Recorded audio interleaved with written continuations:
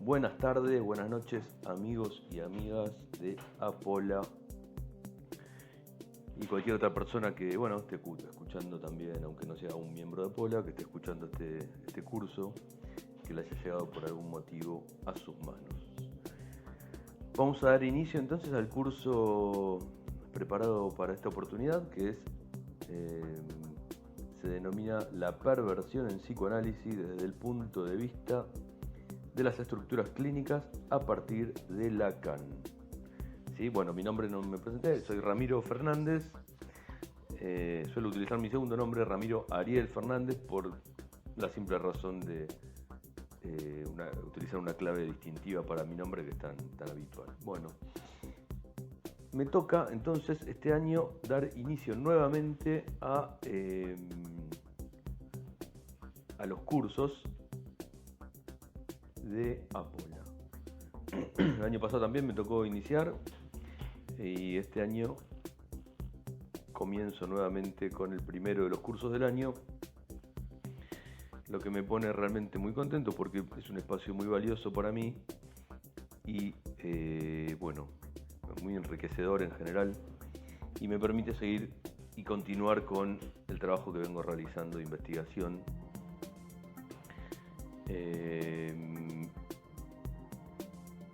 y seguir con el intercambio con los compañeros de Apola y con todo el que participe del grupo. Sí, así que bueno, estoy muy agradecido también por estar acá, así que no quería dejar de mencionarlo. El tema entonces es la perversión en psicoanálisis.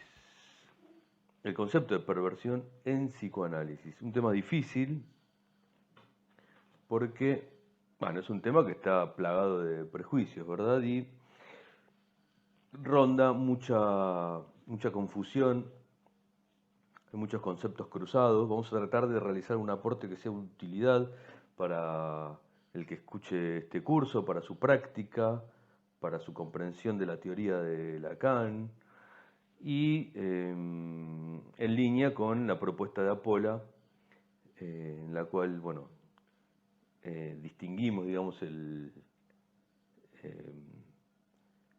la teoría y la obra de Lacan y el psicoanálisis que se desprende de ella, de las otras corrientes del psicoanálisis que se mantienen, que están vivas y son activas en esta época, y también de toda la teoría freudiana, ¿verdad? Como se trabajó el año pasado.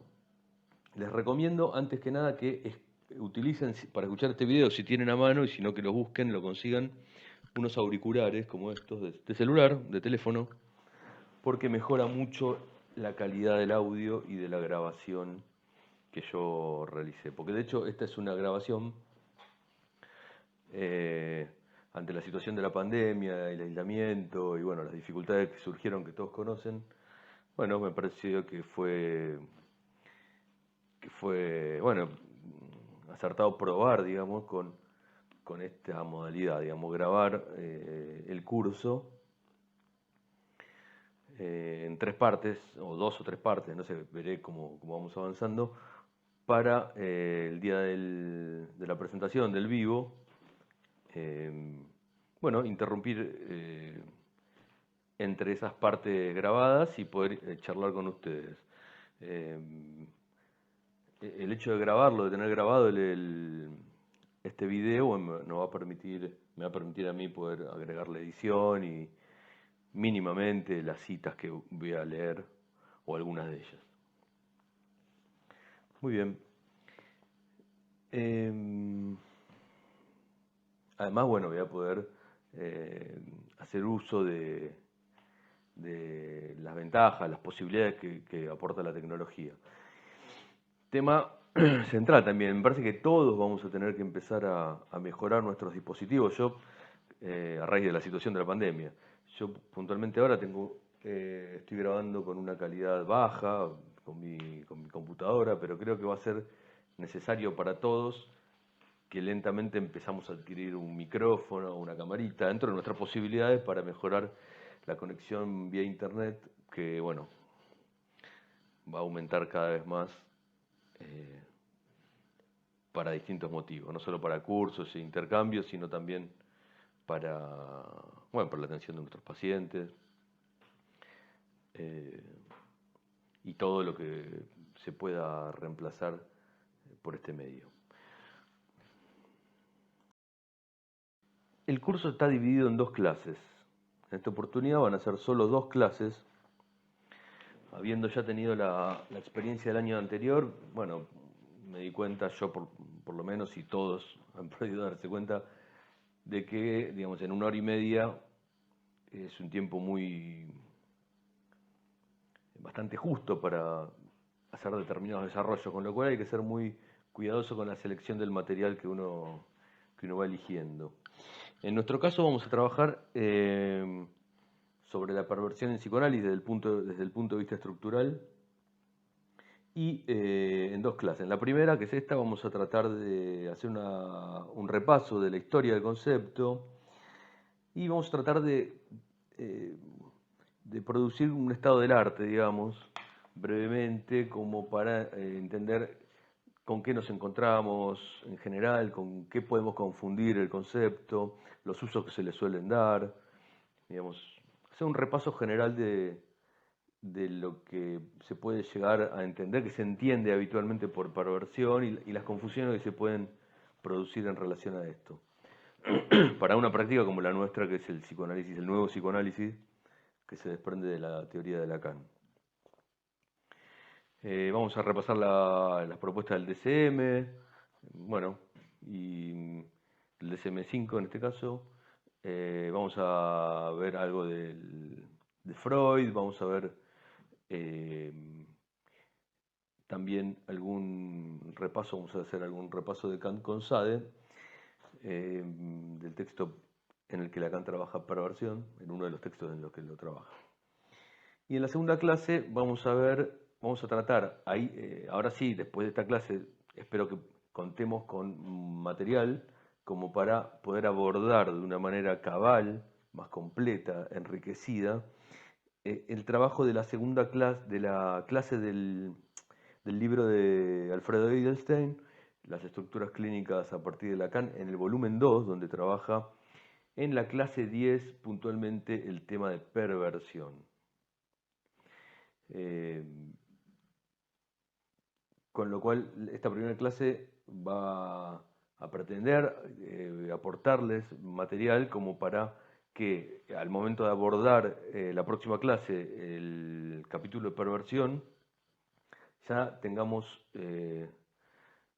una base realizada, adquirida, como para poder sacarle el mayor provecho a esa clase, que está en el libro, pero bueno, la idea es poder enriquecer ese trabajo en este curso y poder transmitirlo a todos los que por lo pronto no pueden llegar a tener otra forma de entender el concepto. No quiero dejar de comentarles los motivos por los cuales yo elegí este año este tema en este momento, ¿no? Son varias cosas, pero bueno, me interesa poder transmitirles los motivos por los cuales yo elegí trabajar este tema para un curso de Apola en este año. Digamos, no es por azar, sino que, bueno, desde distintos lugares digamos, se fortaleció esta elección. En principio, bueno, es un tema que, si alguien estuvo en contacto con el curso que di el año pasado, al principio del año pasado, en Apola, sobre el discurso del psicoanálisis o el trabajo de Lacan sobre el discurso del psicoanálisis, han podido ver, y si no lo vieron les comento, que trabajo particularmente la perversión para entenderlo en una propuesta que yo tengo en pie, ocupando el lugar que en la lectura tradicional de los 4 cuadrípodos de Lacan ocupa el lugar del discurso universitario. Estoy trabajando en eso, estuve trabajando en eso, sigo trabajando, y bueno, ese es uno de los motivos por los cuales también elegí dar este tema, ¿no? Porque justamente yo trabajo ubicando dos niveles de trabajo para el discurso del psicoanálisis, para entender la máquina de los discursos del psicoanálisis, ubicando un nivel clínico y un nivel político. ¿sí? En el nivel clínico, digamos que el lugar que ocupa tradicionalmente el discurso universitario queda reemplazado por un discurso de la perversión, en los términos en los que vamos a trabajarlo en este curso.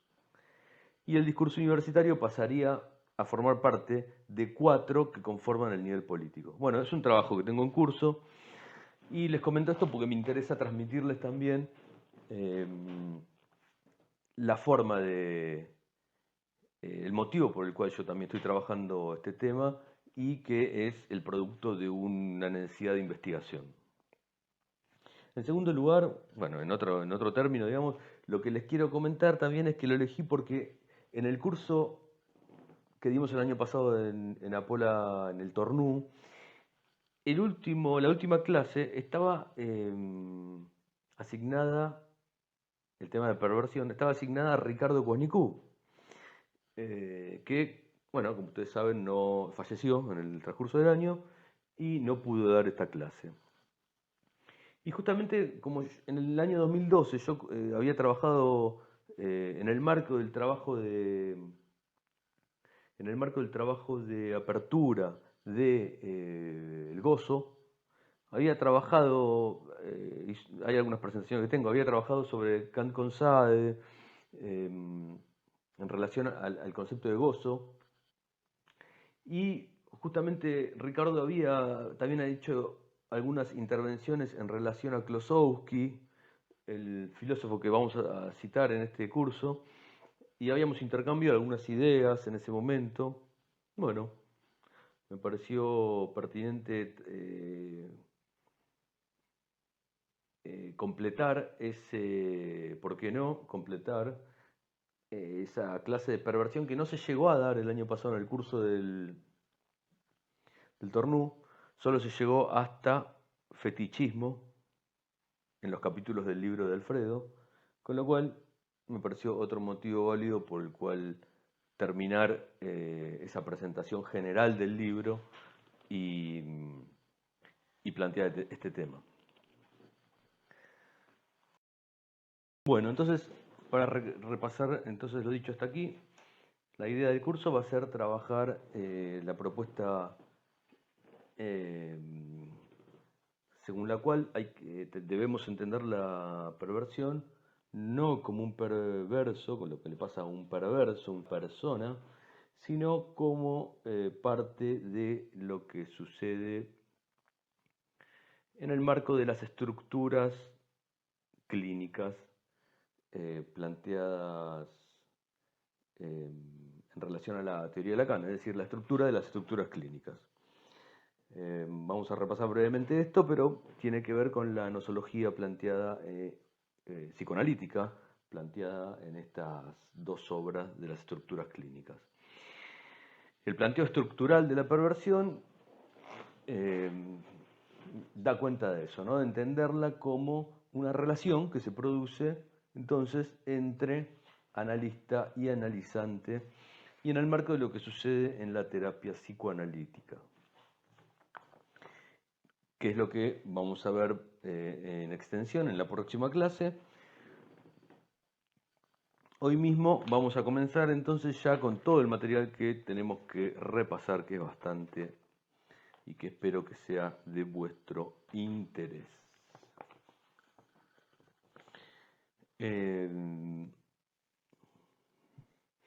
Lo primero que para introducirnos, para meternos en tema, vamos a trabajar entonces con la primera oración, así como me escuchan, me corro para después poner acá las citas. La primera oración de Kant con Sade, el texto de Lacan, que bueno, es publicado en los escritos 1966, pero que era un texto que estaba pensado para servir como prefacio a la publicación de La filosofía en el tocador, que es un texto que es trabajado en este artículo de Lacan, que es un texto del Marqués de Sade. Y parece ser que apareció en una revista, la revista Critique, en 1963, este artículo de Lacan. Este, entonces, hoy lo vamos a trabajar, pero todo lo que podamos, ¿no? Porque es muy intenso, muy cargado. Pero vamos a ver la primera oración. Miren, la primera oración dice que la obra de Sade se adelanta a Freud, aunque sea respecto del catálogo de las perversiones, es una tontería que se repite en las letras, la culpa de la cual, como siempre, corresponde a los especialistas. Esto nos lleva, nos reconduce entonces al catálogo de las perversiones de Freud, ¿no? Que es un tema que es interesante repasar. El tema del catálogo de las perversiones, que efectivamente lo hace Freud, donde lo hace en sus 3 ensayos de una teoría sexual, que es un libro central para el psicoanálisis freudiano y para el psicoanálisis en general, ¿verdad? Porque es un libro que fue presentado allá por 1905, la primera edición, y fue realmente muy conmovedor para todos los que lo recibieron, ¿no? Tuvo un gran impacto difícil de calcular hoy día, pero efectivamente produjo un gran impacto. La primera publicación de 3 ensayos de una teoría sexual, que es un texto realmente vale la pena volver a verlo, es muy interesante de ser leído nuevamente. Además es un texto que Freud le agregó, le fue agregando, haciéndole agregados a medida que avanzaba en los desarrollos teóricos. Tiene muchos agregados, bastantes, ¿no? Todos mencionados, muy bien señalados por Strachey.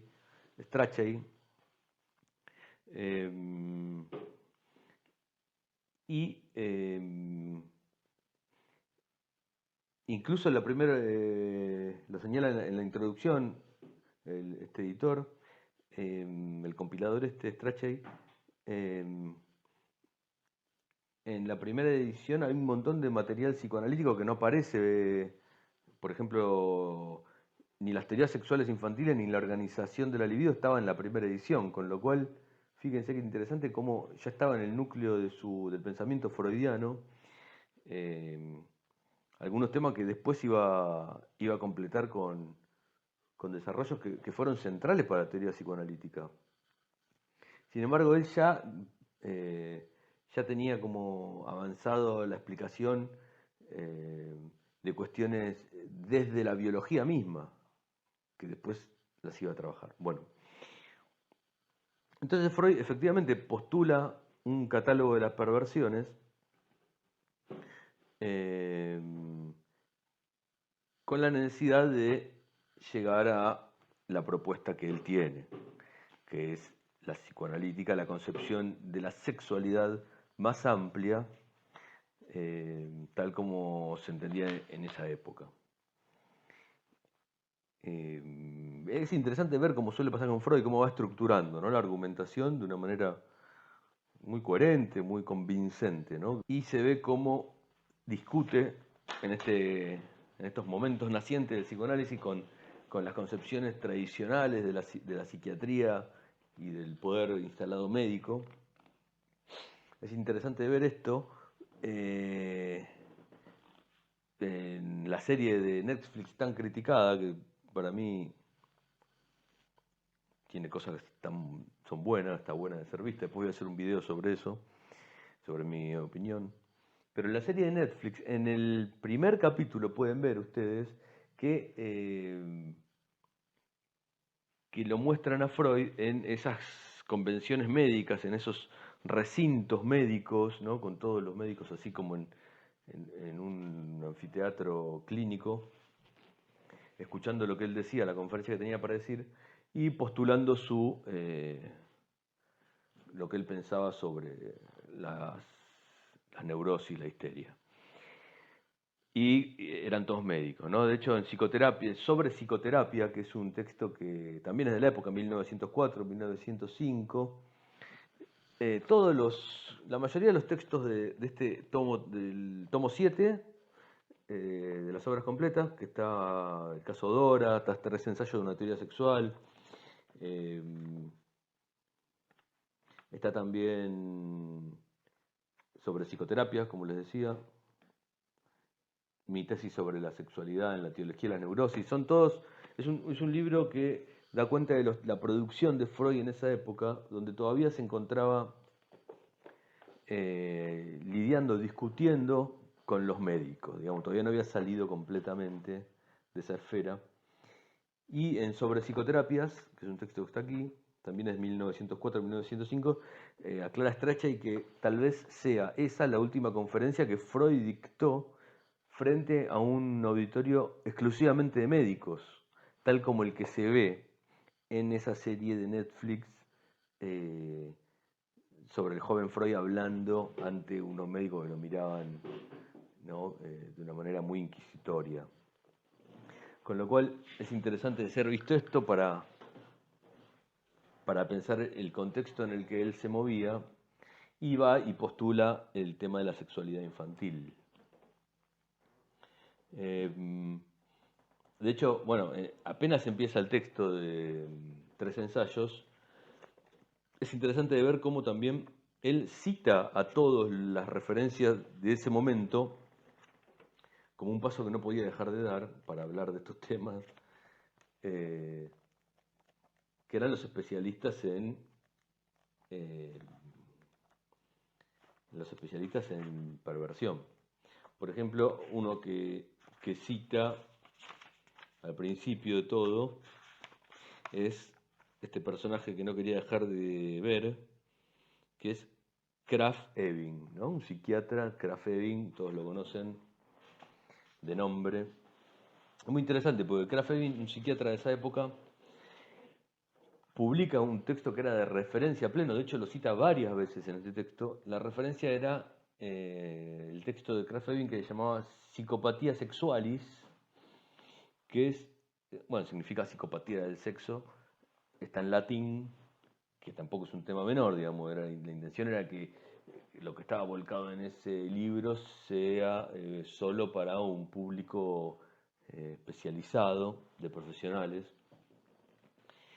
que la intención de este libro era convertirse en una referencia forense para médicos y jueces, digamos, no era cualquier tema el que estaba tratando Krafft Ebing, y él tampoco era cualquier persona, ¿verdad? Era una referencia directa.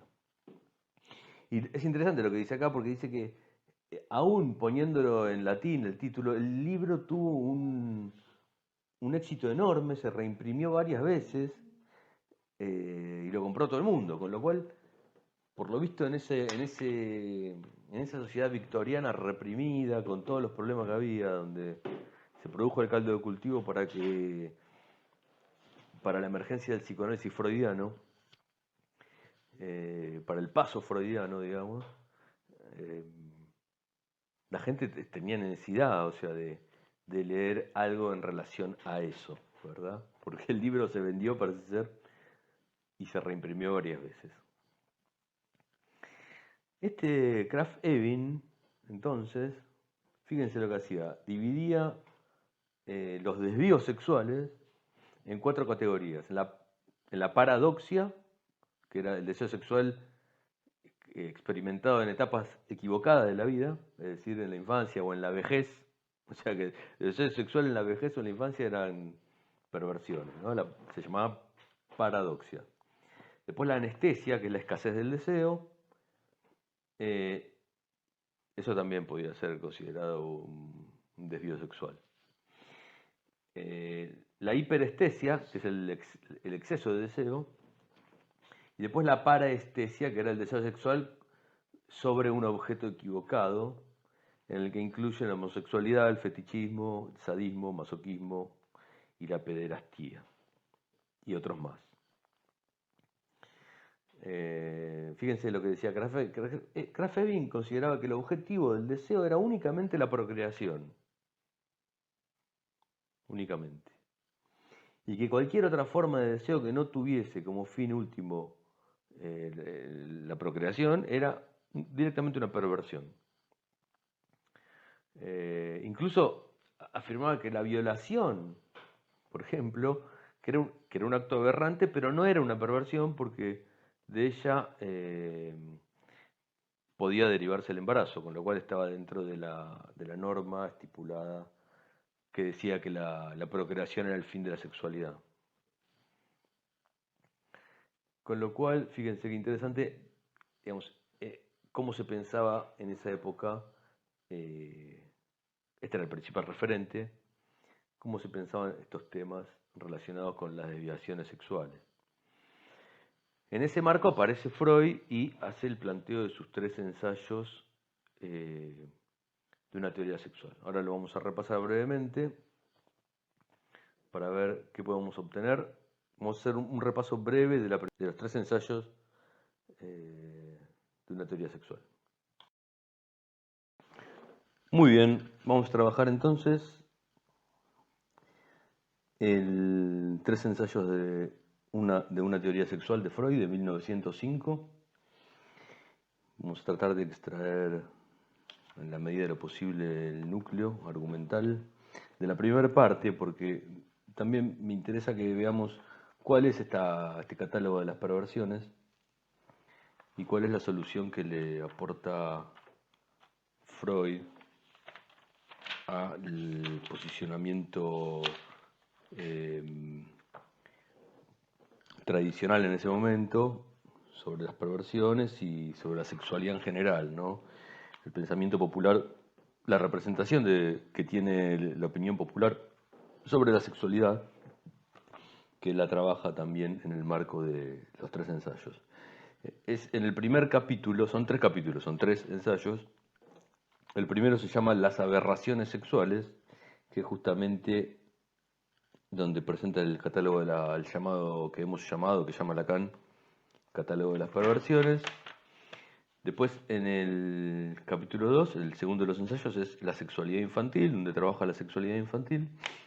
Y el tercero de los ensayos es la metamorfosis de la pubertad, donde trabaja la sexualidad en la pubertad y el pasaje a la maduración sexual en relación a la adultez,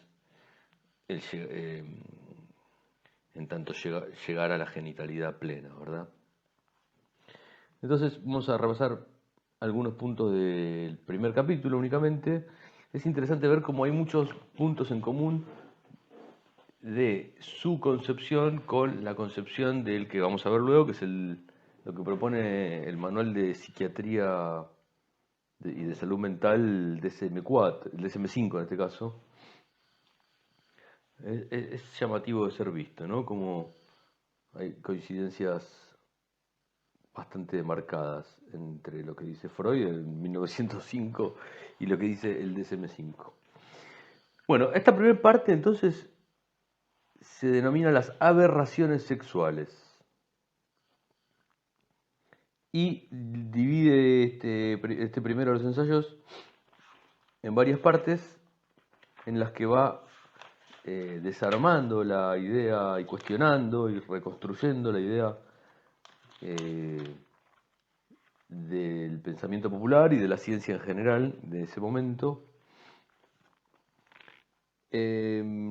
paso a paso, ¿no? Lentamente va cuestionando, reformulando. Miren, en la primera página dice, bueno, introduce esto de que la pulsión sexual tiene que ver con la necesidad sexual en el hombre y en el animal, digamos, equiparando el hombre y el animal, y propone que también introduce el término de libido, equiparándolo al hambre, como el término que da cuenta de la necesidad sexual. Fíjense cómo dice, ¿no? Hace una descripción breve de la opinión popular sobre la libido y la pulsión sexual, que supuestamente debería ser esa, según la cual dice que en la infancia faltaría la libido, digamos, la sexualidad, que advendría en la época de la pubertad y en conexión con la maduración se exteriorizarían manifestaciones de atracción irrefrenable de un sexo sobre el otro. Esa es la concepción popular de la sexualidad. Y que la meta sería la unión sexual, o al menos las acciones en dirección a llevar a cabo la unión sexual con el fin de la reproducción.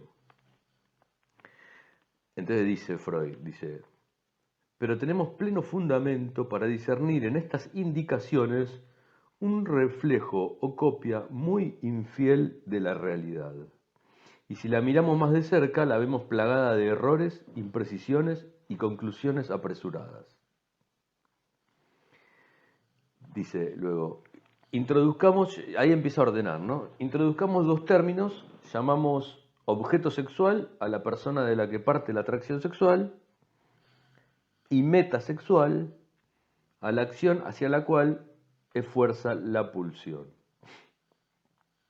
Y continúa, si tal hacemos, la experiencia espigada científicamente nos muestra la existencia de numerosas desviaciones respecto de ambos, el objeto sexual y la metasexual. Desviaciones cuya relación con la norma supuesta exige una indagación a fondo. Con lo cual, al introducir estos dos términos operadores conceptuales, objeto sexual y metasexual, que ordenan un poco, ¿no?, todo lo que se puede pensar en relación a la sexualidad, se dispone a investigarlos y divide en tres partes este primer ensayo.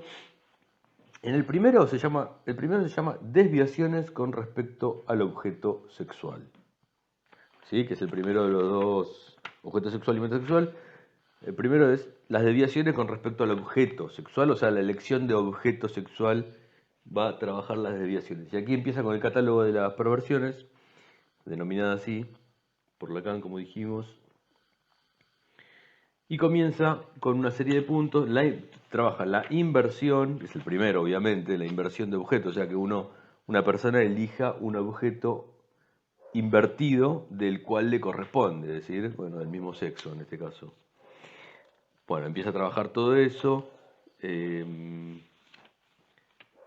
Después aparece el término degeneración, el segundo de los apartados, degeneración,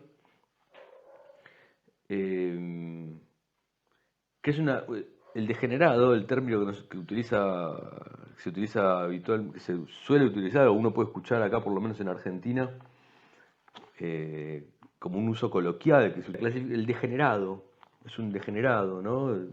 Referirse de esa manera a alguien. Es una clasificación, ¿no?, propuesta por Magnan, de acuerdo a lo que dice acá Freud, que era parte de la psiquiatría de esa época, ¿no?, el degenerado, que tenía que ver con una desviación, una actividad nerviosa desarreglada que llevaba a un desarreglo de la sexualidad, básicamente. Esto me gusta a mí, cuando uno empieza a encontrar términos que son de uso común y que empiezan a aparecer las explicaciones de dónde surgen en la lectura, por ejemplo, en este caso, de la propuesta de degenerado de Magnan. Bueno, después, sigue trabajando con el tema de la inversión, la generación, los problemas en la elección del objeto, ¿no? Trabaja el carácter innato, una explicación posible de la inversión, pasa por el hermafroditismo, ¿no? Trabaja un poco el hermafroditismo como fenómeno que se produce cuando nacen dos personas, una persona con los dos sexos.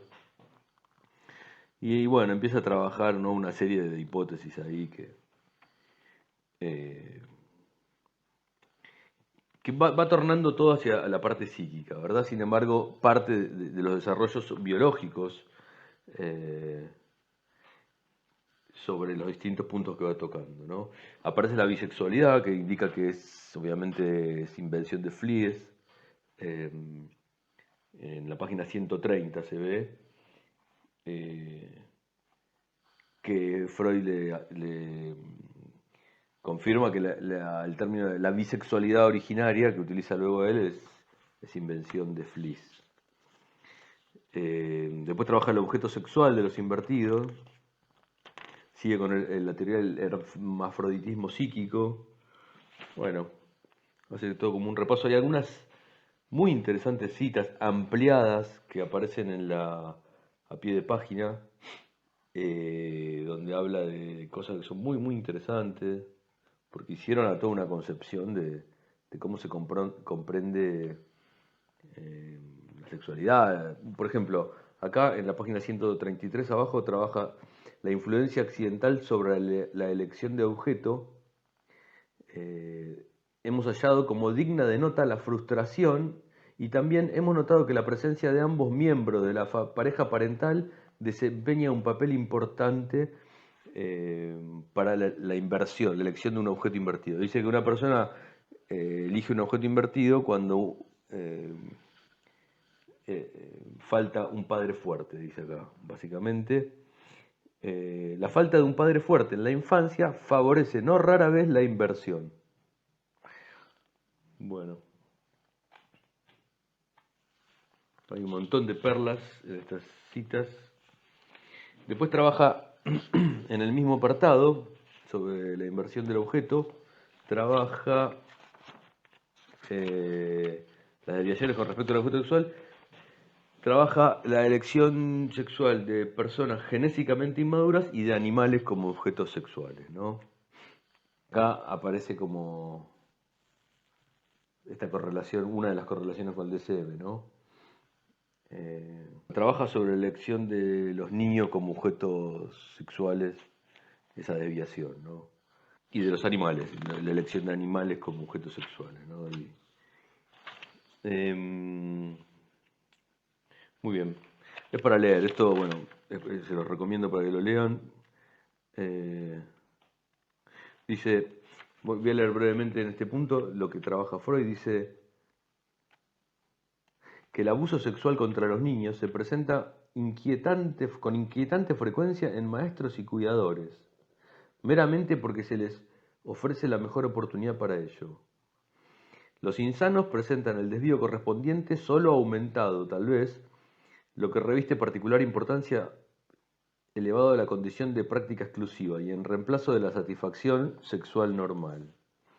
Y dice, da que pensar esta asombrosa distribución de las variaciones sexuales en la gradación que va de la salud a la enfermedad mental. Básicamente lo que va a decir es que este tipo de perversiones, digamos, adquieren características patológicas o no de acuerdo a la intensidad y exclusividad de la realización. Y dice, yo opinaría, dice Freud, que este hecho resta por explicar. Indicaría que las mociones de la vida sexual se cuentan entre las menos dominadas por la actividad superior del alma, aún en las personas normales. Pero hay muchos que son, dice, según mi experiencia, quien es mentalmente anormal en algún otro aspecto, lo es regularmente también en su vida sexual.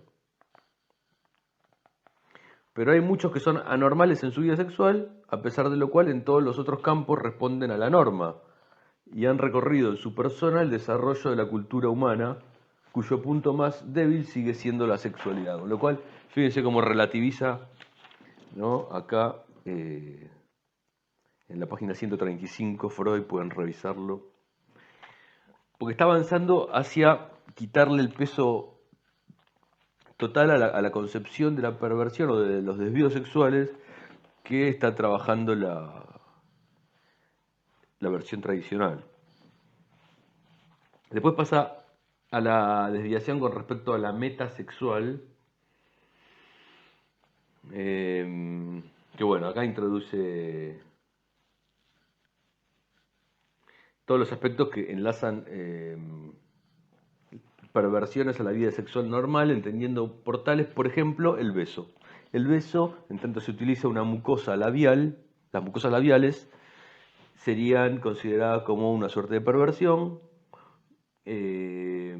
aún siendo metas sexuales preliminares. Siendo así, bueno, es coherente que se produzcan si funcionan de esa manera. Y todas las otras transgresiones anatómicas respecto de las distintas zonas del cuerpo destinadas a la unión sexual, digamos, ¿no? Veamos. Empieza a aparecer el asco, ¿no? El asco y la vergüenza como los diques que limitan el avance de la sexualidad hacia caminos incorrectos, o sea que no coinciden con el planteo de la norma. Después, como un apartado especial, nombra el uso sexual del orificio anal, es decir, la sodomía, como se la denomina habitualmente. Después el que es la sodomía es una práctica que, o sea, el uso del orificio anal como para tener relaciones sexuales es la práctica por excelencia que el Marqués de Sade, en el sistema que elabora, considera la práctica sexual por excelencia. Bueno, ya lo vamos a ver eso. Sustituciones inapropiadas del objeto sexual. Incluso agrega el fetiche, Freud acá,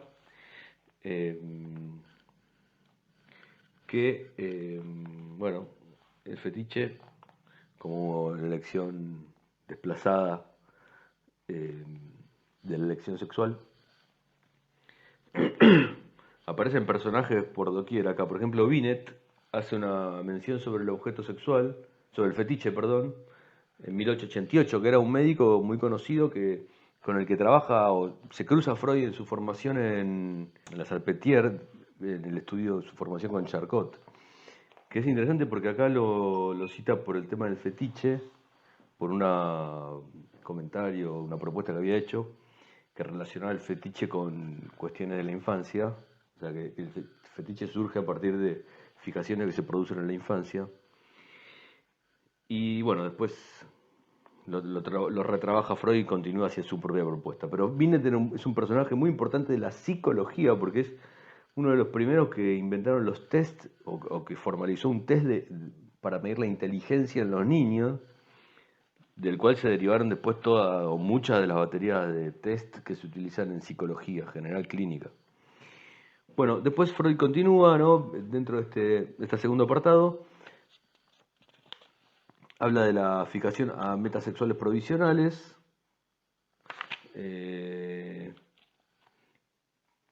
Y ahí introduce ya tocar, mirar, para hablar del voyeur y el exhibicionista. Y el sadismo y masoquismo también los introduce con las características que ya conocemos. Y menciona que son prácticas que se presentan con la doble configuración activa y pasiva, o que pueden presentarse, o que son parte de la misma perversión en su forma activa y pasiva. Finalmente dice Freud bueno, que la perversión, ya lo sabemos, es el negativo de la neurosis porque son mociones que se encuentran en la infancia, las mociones perversas, polimorfas del niño, y que quedan, que no atravesaron un decurso normal en el desarrollo psíquico y por lo tanto quedan expresándose en el adulto, pero que pertenecen a algo de la normalidad de la conformación sexual del ser humano. Miren lo que dice también, dice que en la mayoría de los casos, en la página 146, dice, en la mayoría de los casos podemos encontrar en la perversión un carácter patológico, no por el contenido de la nueva meta, sino por su proporción respecto de lo normal.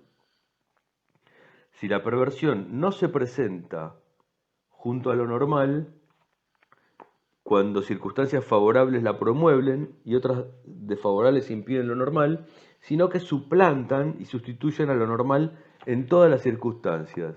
Consideramos entonces legítimo casi siempre juzgarla como un síntoma patológico. Vemos este último entonces, por lo tanto, en la exclusividad y en la fijación que se puede encontrar en una práctica perversa cualquiera. Con lo cual, el planteo de Freud, para considerarlo perverso, ¿no? Patológico o no, consiste en la exclusividad y la fijación de la práctica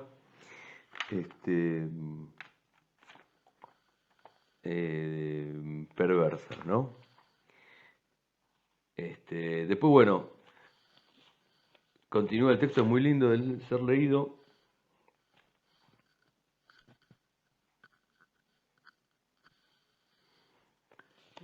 Bueno, entra con los neuróticos a presentar todo lo que él desarrolla en cuanto a la pulsión sexual en los neuróticos y ya, bueno, continúa con el resto del texto. Ahora les voy a leer, vamos a trabajar brevemente entonces lo que dice el DSM-5, que es el manual de los trastornos mentales, ustedes ya lo conocen. Todavía no se utiliza acá en la Argentina, pero en el mundo parece que sí ya se está utilizando.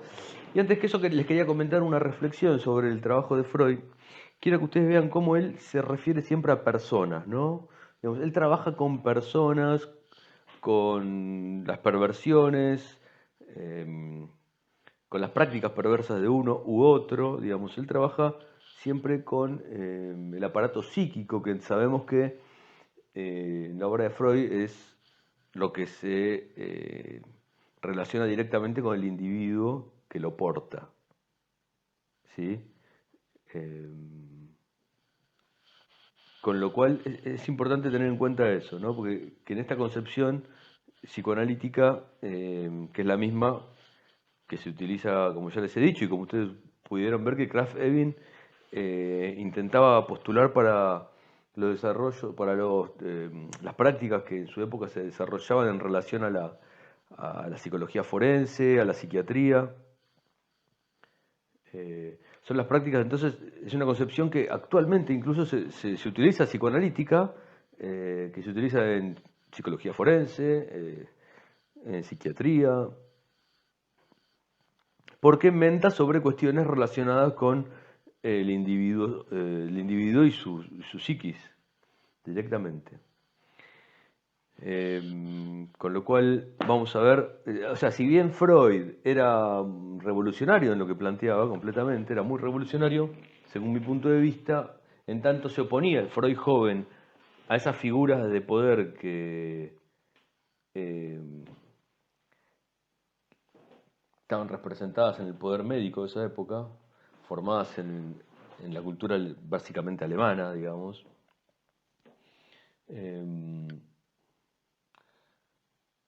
Si bien era revolucionario, digamos, sus desarrollos del psicoanálisis tienen que ver con, de acuerdo a lo que vengo trabajando, lo que podemos deducir de nuestro trabajo, con una concepción psicológica de la misma, del mismo, ¿no? Del psicoanálisis. Bueno, vamos a trabajar entonces brevemente para conocerlo y despejar un poco más cualquier duda que pueda surgir en relación a esto, cómo el DSM-5 trabaja las perversiones. Vamos a verlo. Muy bien. Entonces, vamos a ver brevemente el DSM-5, que es el manual de diagnóstico que fue publicado en su versión quinta en el 2013. Tiene algunas modificaciones bastante interesantes, amplias respecto al manual anterior. Yo siempre les digo que, bueno, les comento mi posición respecto a este manual, que es de gran respeto, ¿sí? Porque además de estar muy bien hecho, está completamente vivo, ¿no? Funciona, opera, otorga sentido, significado. Y es nuestra referencia en psiquiatría, básicamente, porque los psiquiatras se manejan con este manual, la psicología en general también, quiéralo o no. Quiéralo o no,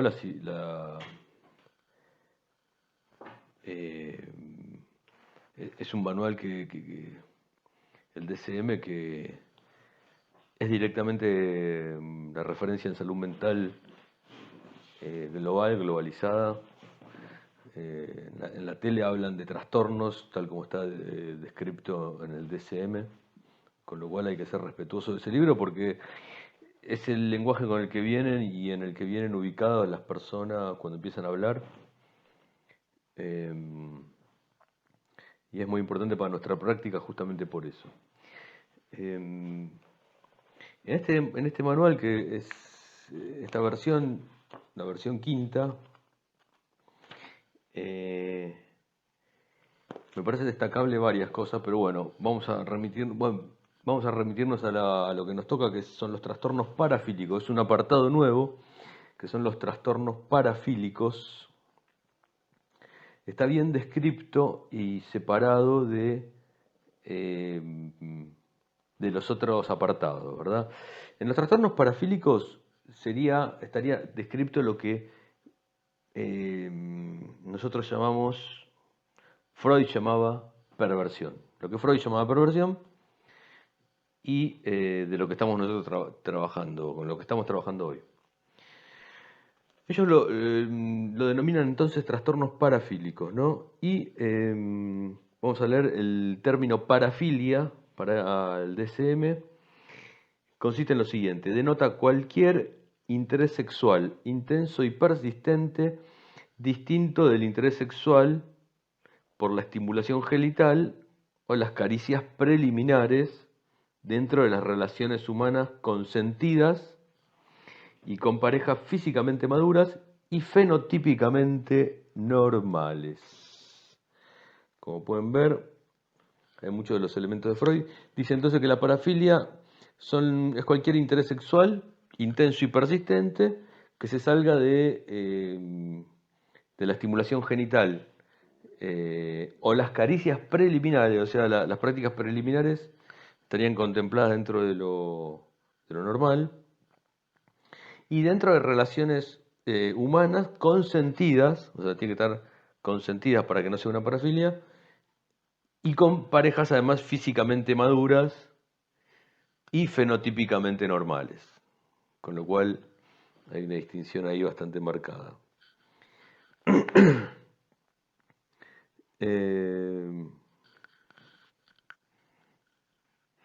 Es importante porque, digamos, para que puede haber una parafilia, pero no necesariamente hay un trastorno parafílico. Digamos, el trastorno parafílico se produce cuando se cumplen determinados criterios que ahora vamos a ver. Bueno, los trastornos parafílicos incluidos en este manual, entonces, son los trastornos de voyeurismo, el voyeurismo clásico, espiar las actividades privadas de terceros, trastornos de exhibicionismo, trastorno de froteurismo, acá agregan el frotamiento o fricción de una persona, de otra persona sin consentimiento, trastorno de masoquismo sexual, trastorno de sadismo sexual, trastorno de pedofilia, trastorno de fetichismo y trastorno de transvestismo, entendiendo por transvestirse para excitarse sexualmente. No está hablando de un transexual acá, está hablando de travestirse para excitarse. No sé, bueno, vamos a ver. Y esos son los trastornos parafílicos que incluye.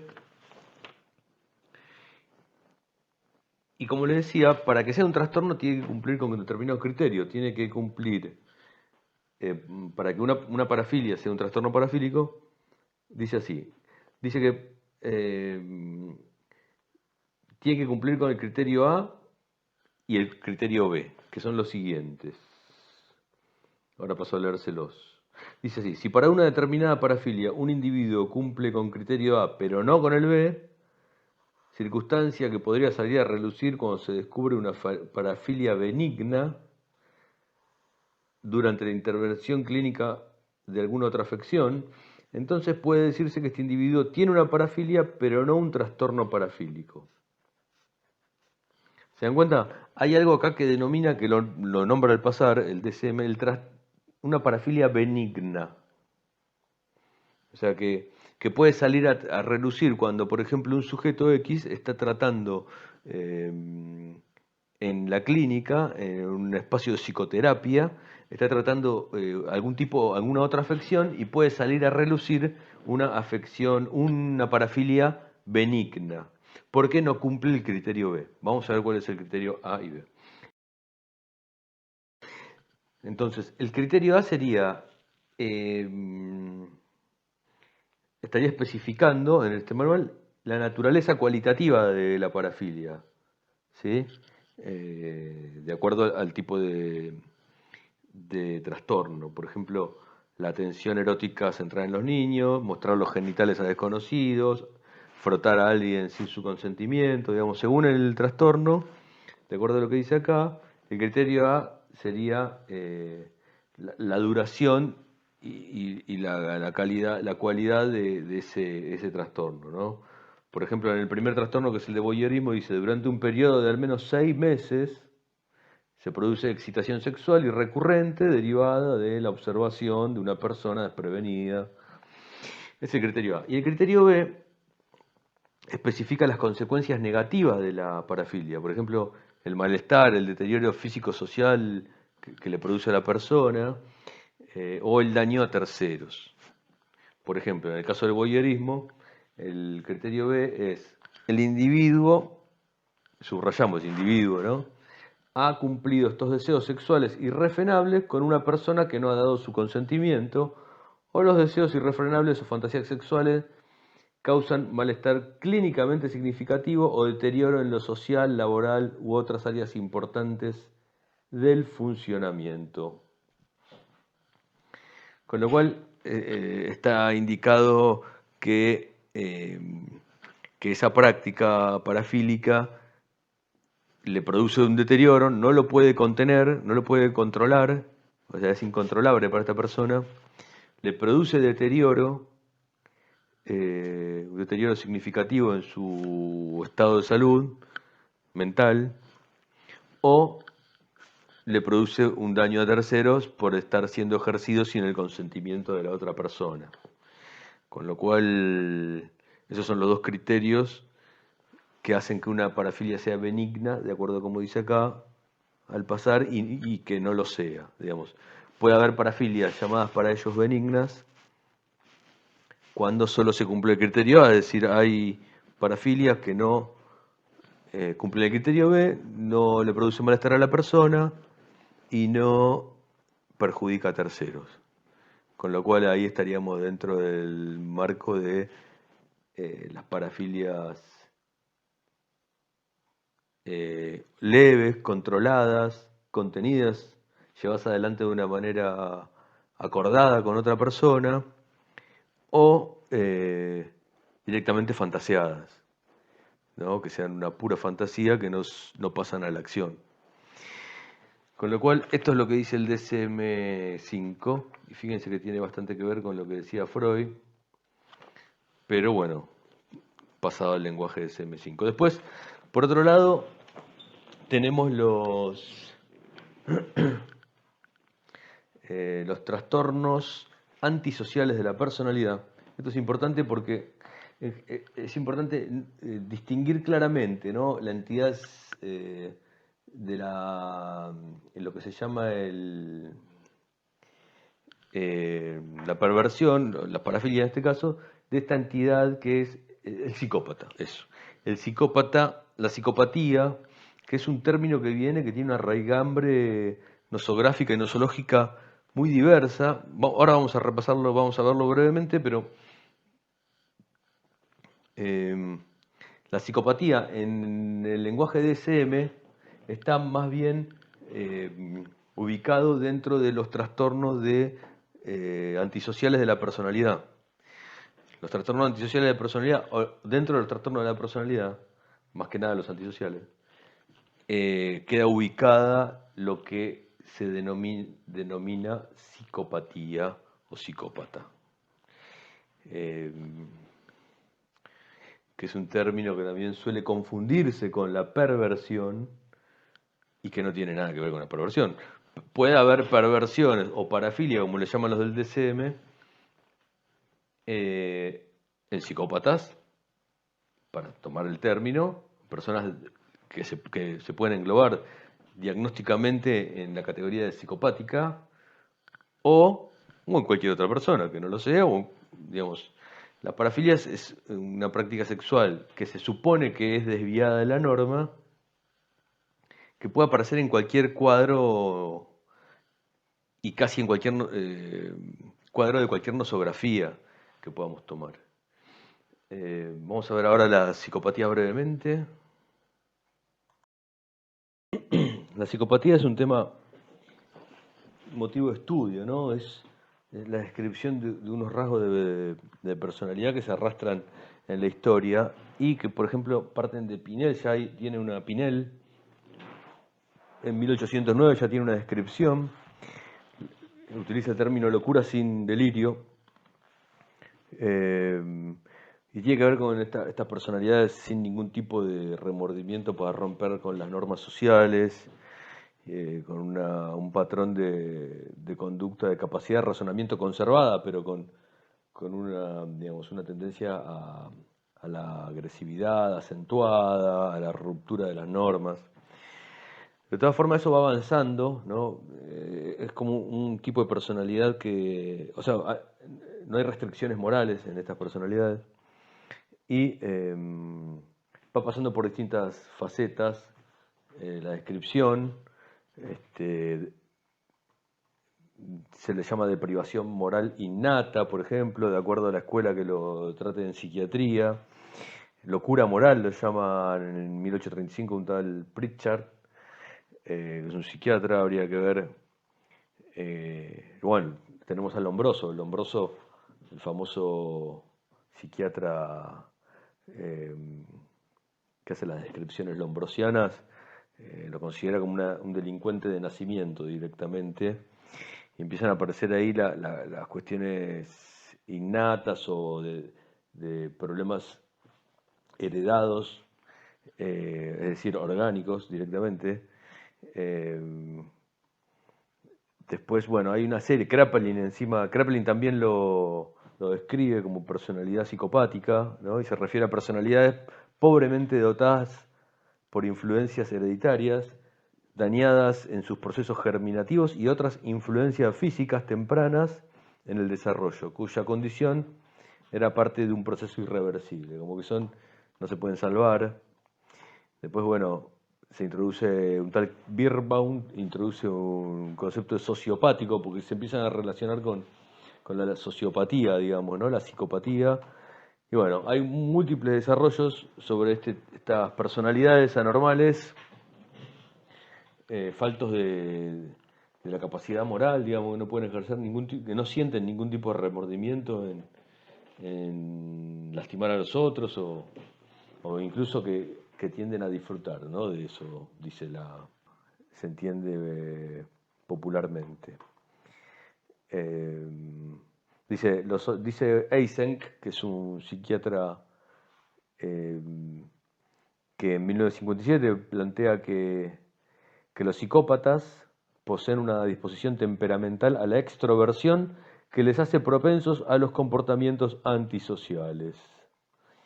Bueno, hay una variada y nutrida cantidad de descripciones de las personalidades psicopáticas, del psicópata, del sociópata, que nada tiene que ver en este caso con lo que estamos tratando como trastorno parafílico en el DCM, ni con la perversión en sí misma, digamos, son cosas distintas, que es bueno poder distinguir. Así que bueno, vamos a abrir un espacio de preguntas a ver si tienen algo si quieren charlar algo, vamos a poner una pausa y voy a responder. Vamos a ver si es posible hacer esta cuestión tecnológicamente. Si no, continuamos con la próxima parte.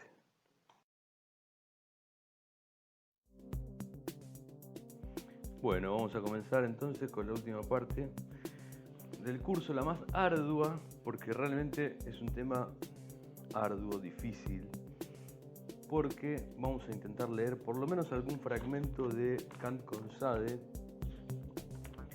del texto de Lacan, que les nombré al principio.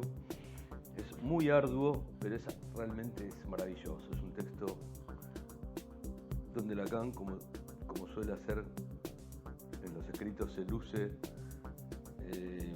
Es dificilísimo, pero sí, es difícil porque requiere mucho trabajo. A cada paso Lacan mete una referencia.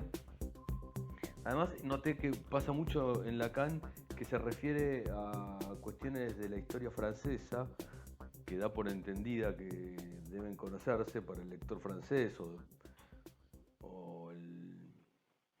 el estudioso, el estudiante, el intelectual, el filósofo, el historiador europeo de esa época, y que para nosotros es mucho más lejano, ¿verdad? Que desconocemos, hay como chanzas, cuestiones, ironías que él utiliza que son parte del folclore, para decirlo así, francés, ¿verdad?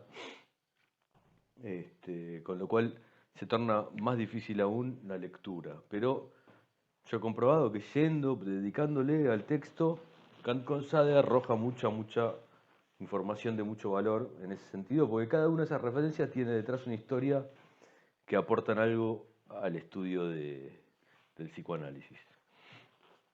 Bueno, Kant con Sade,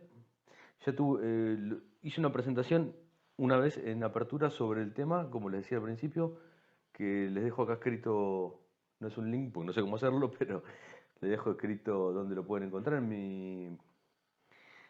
Tengo una página de YouTube con algunos videos que subí que se pueden ver sin edición, digamos. Son videos crudos, están subidos. Y ahí está esta presentación, ¿no? Que les dije que es una que viene después de, ahí en la misma época en que Ricardo presentaba sobre Klosowski, que es un libro, el de Klosowski, que fui a ver, Sade mi prójimo, es Sade mi prójimo, de Pierre Klosowski. Es un libro del 47 que cita a Lacan en Kant con Sade al final, y que es lindo de leer, pero la verdad es que hace un estudio de Sade, del Marqués de Sade, de la obra del Marqués de Sade en realidad, de cómo va desarrollándose la obra. Está bueno, hay cosas interesantes que tal vez alguna podamos rescatar acá, pero la verdad que la lectura que realiza Lacan es superadora y demuestra, ¿no?, que este libro, tal vez, bueno, de 1947, Klosowski todavía no había leído Lacan. O sea, se ve claramente que Klosowski no tenía en cuenta Lacan. Porque bueno, lo interesante del texto Kant con Sade es que interrelaciona estos dos autores, ¿no? El Marqués de Sade y el filósofo Immanuel Kant. Para esta oportunidad les había preparado bastante material que veo que por la hora no voy a poder introducir, pero se los voy a citar o mencionar. Es muy útil poder ir a la base, ¿no?, para leer bien con mayor claridad un texto como Kant con Sade. Primero, entender quién es Kant y quién es Sade, o quiénes son los dos. Incluso Kant es muy interesante de investigar. Yo estuve hace años, desde aquella vez que hice esa presentación, intenté profundizar un poco en la lectura, en el trabajo sobre Kant, y es un autor inmenso también, ¿no? Digamos. Además, bueno, compré un libro, que es una tesis doctoral de 1940 y pico, de un de un autor que se llama Lucien Goldman, debe ser conocido, es de Amor el libro, Introducción a la filosofía de Kant. Es lindo porque es de 1945, está escrito en alemán, está traducido y está editado por Amorortu, como les digo. Y es la tesis doctoral de él y hace como una introducción a Kant, como llega secundariamente a eso porque estaba pretendiendo realizar un trabajo sobre otra cosa y finalmente desarrolla una introducción a Kant por medio de un método que en ese momento plantea como muy novedoso, que básicamente lo que hace es una descripción contextual de dónde surge un filósofo como Kant y el porqué de su obra, en tanto explica cuál era el contexto histórico-social donde aparece. Es buenísimo el libro. Y básicamente hace una descripción de Francia y Alemania como dos espacios en esa época. La época en la que aparece Kant, estamos hablando de 1780 y pico, ¿no? 1787, por ahí por la época de la Revolución Francesa. Y bueno, y este Goldman hace una descripción de la Alemania de esa época y de la Francia. Y bueno, describe cómo en Alemania se produce un desarrollo que él llama patológico del pensamiento, y en cambio en Francia un desarrollo que él denomina normal. Lo que dice acá, lo que trabaja brevemente, porque es muy extenso, es que la visión del mundo de Kant consiste en su tiempo ya como, digamos, el sistema filosófico más representativo de la burguesía alemana, porque trabaja en cómo la burguesía interviene en el desarrollo de los estados europeos, del surgimiento de los estados europeos. Es interesante porque yo también les quería traer esto porque dice que la visión del mundo que caracterizó a la burguesía europea, todas las burguesías europeas, eh, tenían que apoyarse indefectiblemente en el concepto de libertad, a partir del cual se desarrollan todos los otros, y la libertad también en relación a el individualismo, digamos, ¿no? El individualismo es el segundo elemento constitutivo de la cosmovisión burguesa. Eh, y bueno, junto con esto viene la igualdad jurídica, ¿verdad? Eh, pero la libertad, el individualismo y la igualdad jurídica son como los tres pilares ideológicos en los que la burguesía se desarrolla. Todas las burguesías europeas. Y estas formas estas tres patas donde se apoya la burguesía, digamos, encuentran una expresión privilegiada en el racionalismo, ¿sí?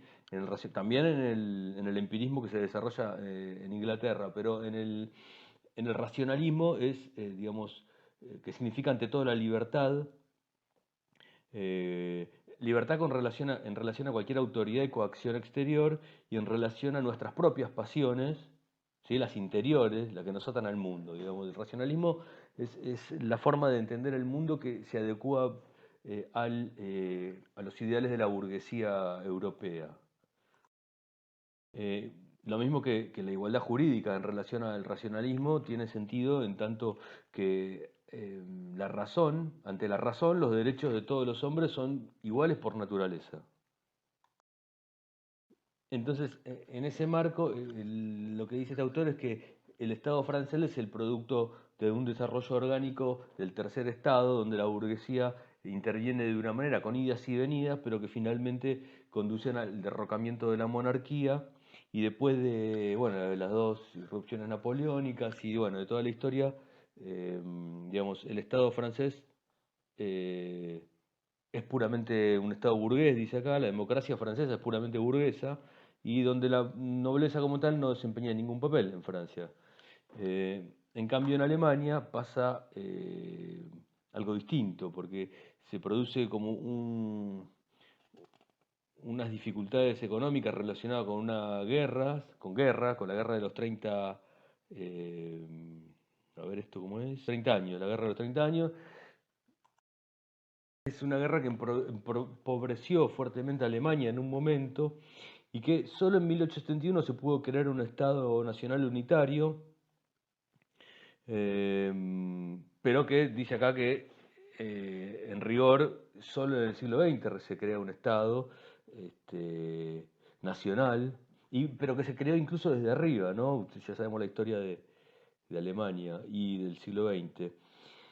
Y de alguna manera contra la burguesía, digamos, en ningún caso contra la nobleza se produce el Estado alemán.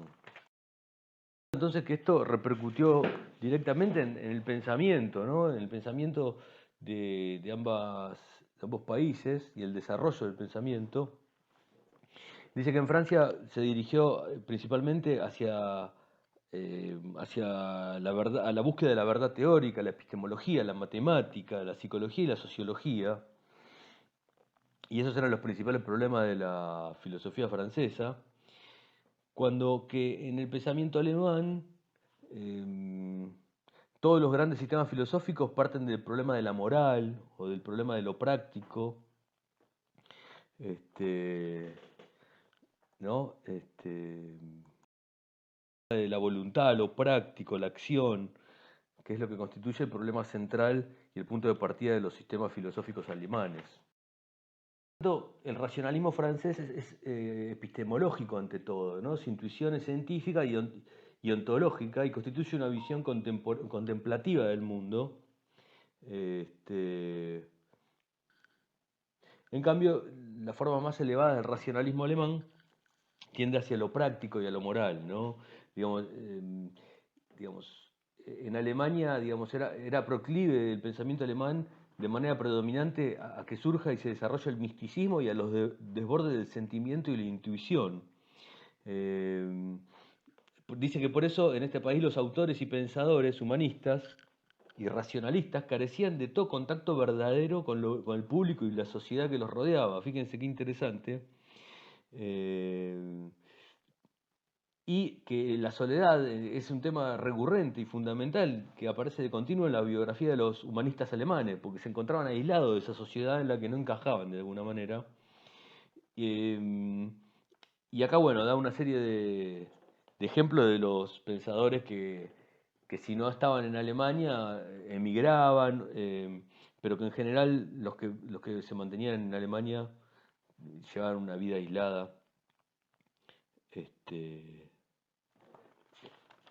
del resto de la sociedad, ¿verdad?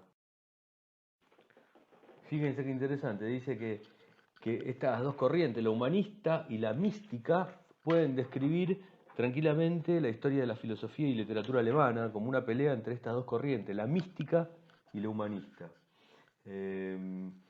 Y como esta es la última observación que introduzco, dice que, por eso se explica también que por qué los pensadores en Alemania hay tan pocos escritores satíricos y cómicos, ¿no? Dice que solo se puede reír uno de lo que ha sido virtualmente vencido o aplastado, y qué es lo que sucede en Francia con la risa, ¿no? Que es casi una virtud nacional. Por otro lado, lo que aparece en los alemanes que intentan escribir comedia o algo, tienen como un sentimiento, emiten un eco trágico, y acá miren el ejemplo que da, como en Heine, ¿no? En literatura moderna. Heine es el que Lacan toma toma la chance, la broma de familionario, ¿se acuerdan? Que lo utiliza Freud en realidad, pero dice que en los alemanes la sátira emite un eco trágico, que es como la de familionario. Y bueno, en fin, para no extraviarnos demasiado, igualmente todo este contexto de situación es en el que surge Kant como pensador y produce todo su sistema de pensamiento, que es una referencia absolutamente presente en nuestra forma de pensar actual, y lleva hasta el extremo los puntos de vista del pensamiento burgués, que les decía recién. Es muy completo, es un autor muy vasto, muy riguroso, que hace una obra gigante y que además tiene neocantianos, acá los describe en este libro Goldman, que desvirtúan eh, el pensamiento original de Kant, con lo cual es interesante ese pasaje de tenerlo en cuenta, que los neocantianos, en la crítica que desarrolla este autor acá, muy completa, la verdad, muy seria, los kantianos hacen más o menos lo que hizo Miller con Lacan, es decir, desvirtúan las bases de sus desarrollos, de los desarrollos kantianos, con lo cual aporta mayor confusión saber esto, porque uno no sabe ya qué leer, tiene que ir a leer las bases y ponerse a estudiar a Kant. Digamos que tiene todo un periodo precrítico Kant, y se le llama periodo precrítico, que es todo el trabajo que hizo antes de la crítica de la razón pura, que es el primer libro denominado de esa manera, que es como central en su obra. Eh, y que es interesante porque hubo 10 años antes de que publique Crítica de la Razón Pura, donde estuvo casi sin publicar nada. Hacía pequeñas publicaciones, pero casi no publicó nada en 10 años. Y son 10 años que aparecen en general en la bibliografía relacionada con Kant.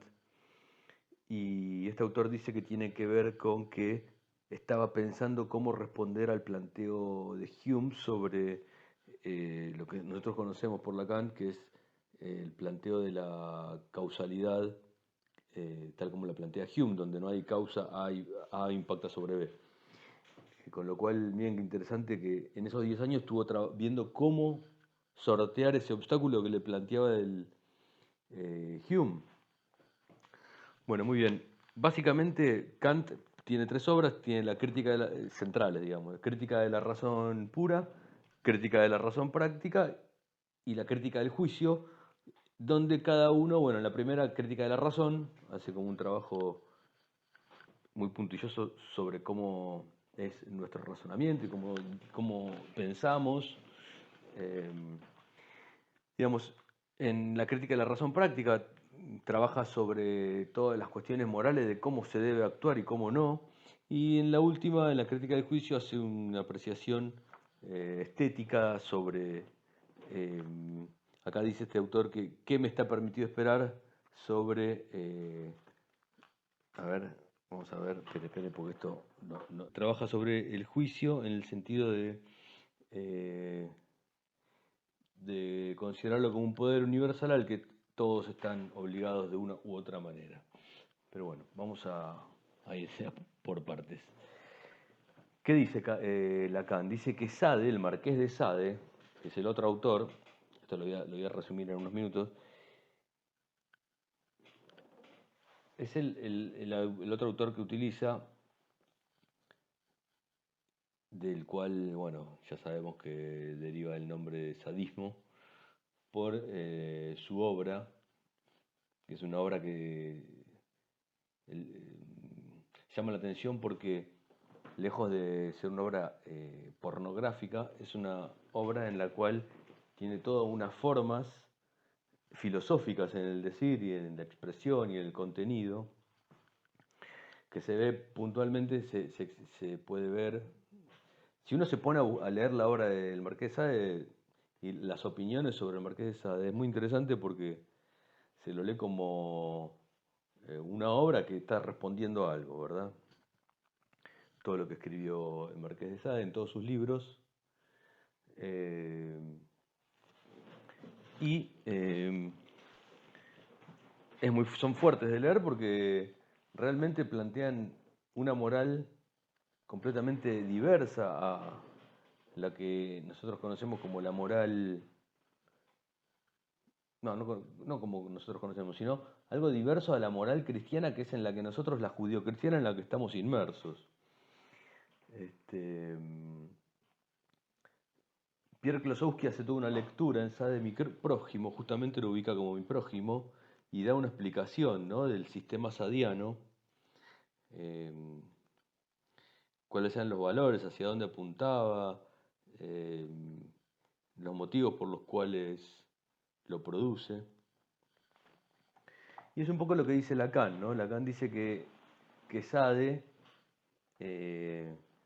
lo que hace es plantear de alguna manera un sistema moral como el que plantea Kant en su crítica de la razón práctica, donde plantea el imperativo categórico. Kant plantea el imperativo categórico en la crítica de la razón práctica, en el segundo de sus libros, que es el que utiliza Freud para trabajar el superyo. Entonces, Lacan dice que Sade viene a completar y dar la verdad de la obra kantiana. Es interesante ver porque, digamos, el libro que Lacan toma de Sade, que se llama Filosofía en el tocador, viene 8 años después de la filosofía de la crítica de la razón práctica de Kant, donde plantea el imperativo categórico. Y Sade, en ese libro, en Filosofía en el tocador, hace el planteo de, bueno, se llama Filosofía en el tocador, digamos, trata sobre la instrucción filosófica. Dolmans se llama, Dolmans, que es uno de los personajes de Sade en este libro, es el que instruye, el filósofo que instruye a otros sobre la lógica sadiana. Bueno, instruyen a una joven y se produce una serie de escenas donde en medio de orgías, digamos, este personaje va instruyendo y dándole los motivos de por qué, el porqué, digamos, de esa lógica y de esa moral sádica, digamos, perversa, vamos a decirle. Incluso en el medio del, en el medio del libro aparece un intercalado al cual se refiere Lacan, donde es como un panfleto político que aparece escrito ahí, donde proponen la organización de una nueva república, con la lógica de sadiana, digamos. Y donde plantea un imperativo sadiano, así como el imperativo categórico, pero que funciona a la inversa y en relación al goce. Al gozo sería. Es interesante porque todo esto transcurre en medio de la Revolución Francesa, ¿no? A unos años de la Revolución Francesa, y el Marqués de Sade, de hecho, tal como lo describe Klosowski, bueno, pasa preso, detenido por casi toda su vida, un tercio de su vida está detenido, y en medio de la Revolución Francesa él está detenido en la Bastilla y dice que veía por su ventana cómo la revolución decapitaba uno tras otro a las personas que estaban en contra de la revolución. Bueno, entonces, bueno, Lacan plantea eso. Básicamente apunta a transmitir que el sistema sadiano tiene exactamente la misma estructura lógica que el kantiano, que el imperativo categórico que aparece en el planteo kantiano, pero de sentido inverso, digamos, ¿sí? De un sentido diverso, pero con la misma estructura. Es decir, en relación con el otro. De hecho, destacando más, porque el imperativo sadiano tiene en cuenta el otro. Dice algo así como que puedo gozar de tu cuerpo, puede decirme cualquiera y satisfacer su goce en mí como se le dé la gana. O sea, ese es el imperativo sadiano, que sería el que iría ubicado en la República Sadiana. Los invito a leerlo. En Filosofía en el Tocador del Marqués de Sade, en el medio hay un panfleto que son 20 páginas, 30 páginas, donde plantean las bases, los cimientos de la filosofía de la República Sadiana, tal como la plantea Sade, que es terrible, o sea, se pone en contra de todas las normas morales que conocemos y las justifica y las argumenta lógicamente, o sea, es increíble. Y Lacan trabaja con eso, ¿no? Porque dice que al final de Kant con Sade, dice que en la última escena de ese libro, Sade da indicios de estar completamente sujeto a la ley, ¿verdad? Por más que parezca que no lo está. Entonces, siempre, digamos, trasunta Kant con Sade en el texto de Lacan, en dar cuenta de eso, ¿no? Que Sade, si bien parece ser algo completamente por fuera del otro, un goce perverso individual y sin una lógica coherente, es completamente coherente, es tan kantiano como Kant, pero a la inversa. Vamos a leer algunos, para terminar, ya que quedan unos minutos, algunas indicaciones de Kant con Sade para asentarnos en algo tal vez que podamos ir a leer.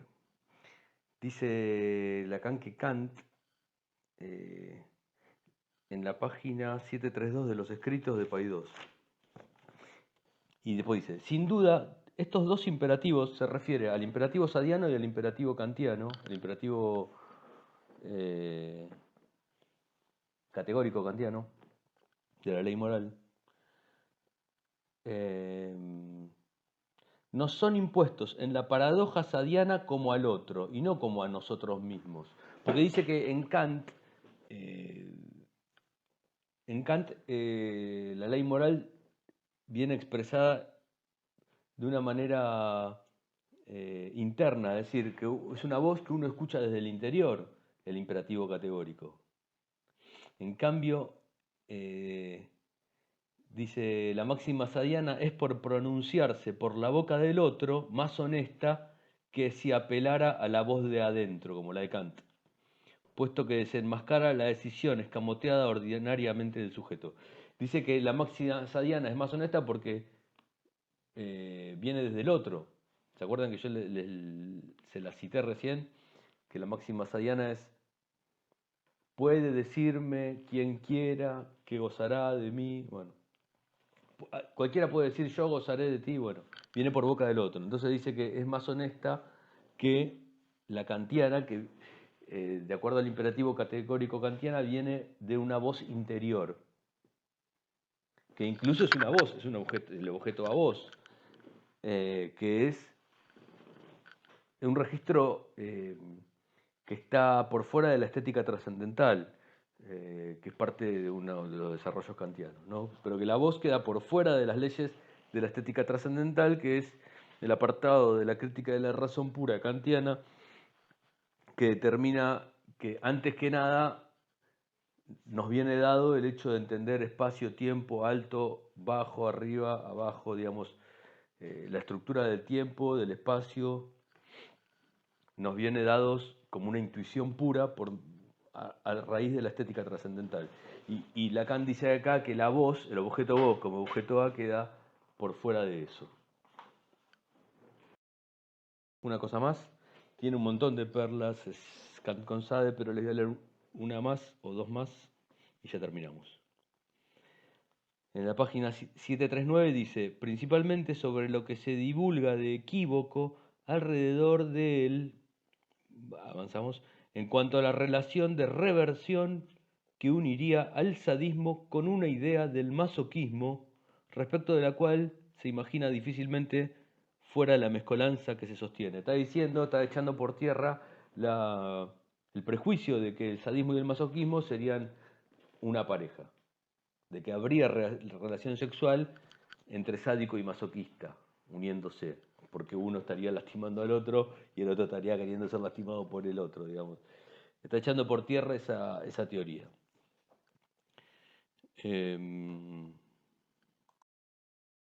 Y acá les dejo la última, que es también de la página 739, un poco más abajo, que esto también es otro punto que nos va a servir para la próxima, donde vamos a trabajar el concepto de perversión desde la concepción estructural de Lacan. Dice,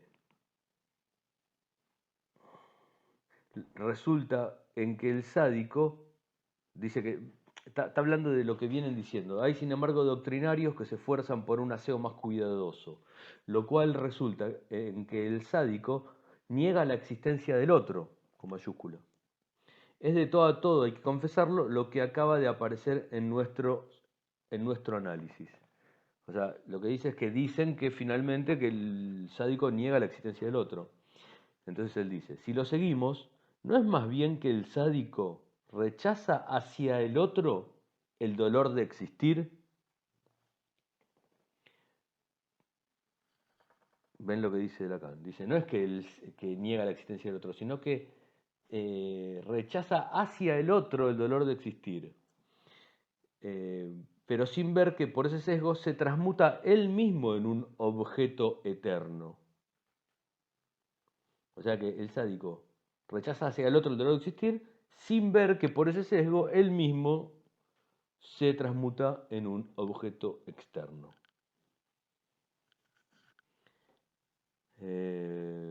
Así que bueno, vamos a dejarlo aquí. porque si no sería mucha información. Es un gran texto, vamos a ver si podemos trabajarlo en alguna otra oportunidad.